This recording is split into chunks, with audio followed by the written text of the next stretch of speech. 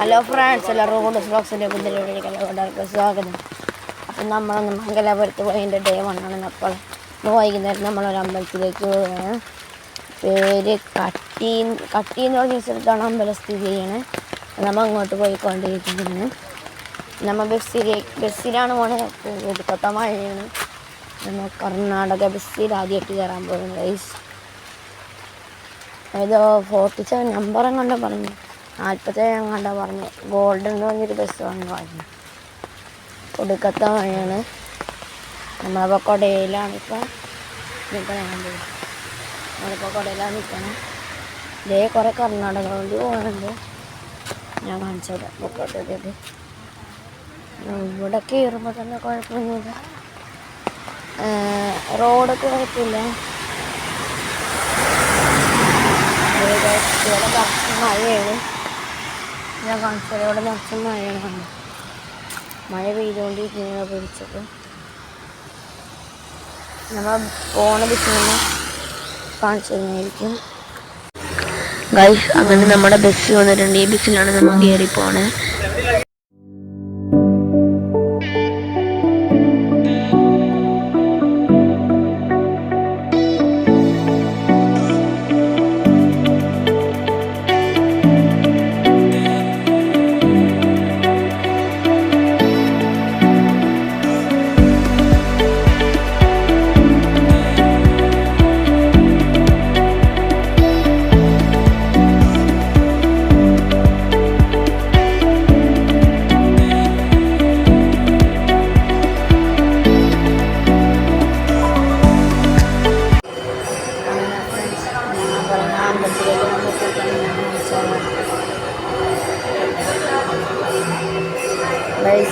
അമ്പലത്തിൻ്റെ ഉൾഭാഗം നമ്മളിപ്പോൾ തൊഴിലൊക്കെ ഇറങ്ങിയിട്ടുണ്ട്.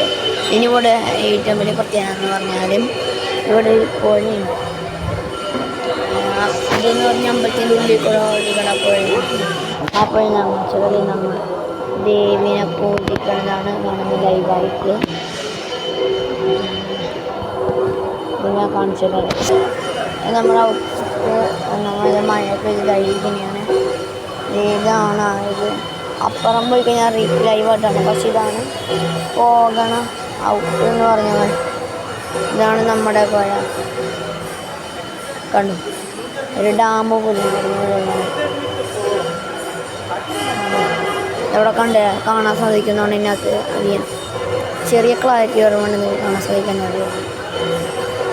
ഇപ്പോൾ ഇതിനുണ്ട് ഡാം അതോടെ നിൽക്കുന്നുണ്ട്. ഇതാണ് നമ്മുടെ പുഴ.